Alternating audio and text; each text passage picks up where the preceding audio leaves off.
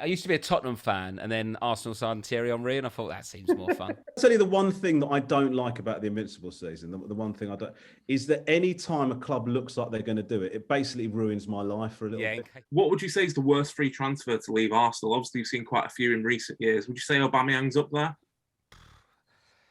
Yeah, because with Mesut Ozil, he went to Fenerbahce and he wasn't and no one really, he weren't like, he sort of had his best days and he can be a little bit lazy. But Aubameyang has proven he's still one of the best finishers and best strikers in the world. And I know he's at a couple of games at Barcelona, but he's scored like 7 goals in 5 games, that for nothing. I just think. I'm interested to see if this Amazon thing actually reveals what the hell went on there. Do you know what I mean? Because you've got to think there's got to be something. Unless he's shagging his wife, there's no excuse. Yeah, and even if he is shagging his wife, I think, do you know what I mean? Come on, swallow it for a bit. Yeah, not you, the club. Yeah, yeah. He's a nice guy. Have a word. Yeah, and get back in the goals. Yeah, yeah. Where did your love for the football club start? Well, I used to be a Tottenham fan, and then Arsenal signed Thierry Henry, and I thought that seems more fun. I didn't think you were going to admit that, Rob, but well done. Well done for your honesty.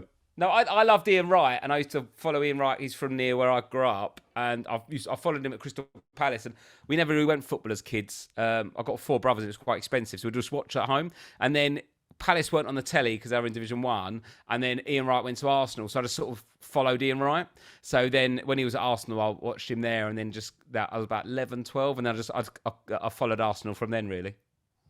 Yeah, for me, it's my dad. When he first moved to England, he's working and living in North London, and he became an Arsenal fan, and so he actually became quite a militant Arsenal fan. So like, it was just sort of set in stone that we would all be Arsenal fans. Then it ended up like my dad bought a pub not far from where I'm in Crawley in East Grinstead.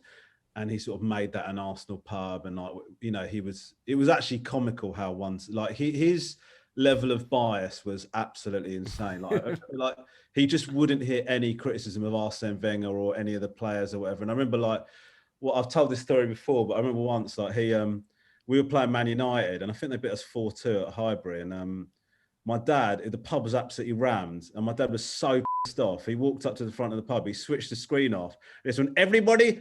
Off. He just couldn't. He didn't want to carry on doing beers and that because he was so furious. Get out. One glory time in 2003-04 Invincible season. Would you swap that season to win the Champions League in 2006 when you reached the final? No, I don't think so, because many people have won the Champions League, but no one's done that. Shall I tell you the one thing that I don't like about the Invincible season? The one thing I don't is that any time a club looks like they're going to do it, it basically ruins my life for a little bit. Okay. You know what I mean? Like every season when somebody looks like they're going to do it, you go, oh God, we're supposed to be the only ones that have ever done this. It's supposed to never be replicated. It's all we've got. You start freaking out. We built a new stadium too soon and lost all that money. You've got this tragic thing as an Arsenal fan where you celebrate Liverpool losing because it means they've just lost their record. Yes! Told you it's never going to be done again, even though I was doubting it a week ago. Just horrible. Such a horrible thing. From when he first came into now, do you trust the process? I was very anti-Arteta, and I'm sort of livid he's doing well because it proves that I know nothing about football. It's what he's made me realise is I don't know what I'm talking about. But he does look like he's pretty decent, to be fair. But I'm quite enjoying the fact that it's solid and it looks like there's a plan where teams like Tottenham and Man United are around the same level as Arsenal. They're just sort of getting saved by superstars. Ronaldo or Harry Kane will pop up and score 3 goals. But the rest of the time, it's a bit like they don't know what they're doing. But it seems quite solid. And with a couple of signings, I think you could be a top 4 team next year quite comfortably. I was similar to Rob in that I didn't...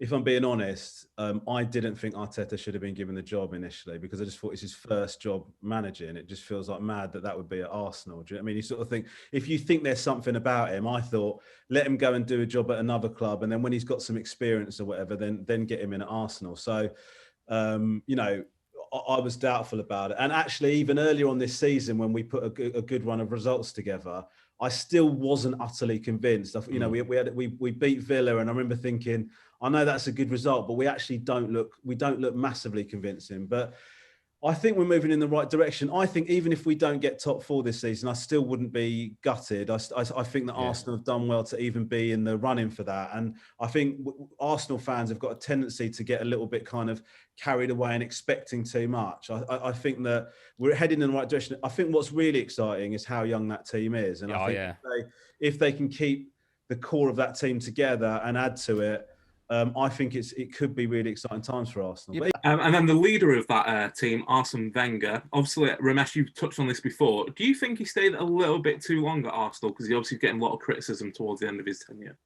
I personally think that, rightly so, like, what Arsene Wenger did for football in this country in terms of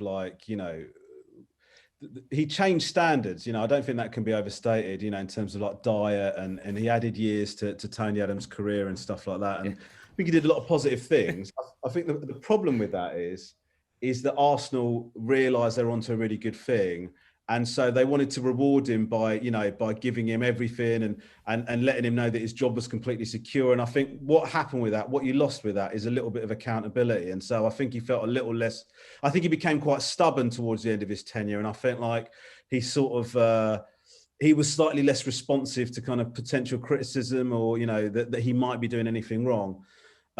So I do think he probably did stay a little bit too long. I do think the way that he was talked about and the way that Arsenal fans talked about him and treated him was a bit off, really. I think that somebody that's done what he did for the club, I think you have to just sort of lump it a little bit and go, I hope he comes to the right decision. Do you know what I mean? That's kind of the way you've got to do it, because it stuck a bit in the throat seeing the way that Arsenal fans are talking about him, and then to see him getting the send off that he did when he did leave, you sort of think you were absolutely rinsing him.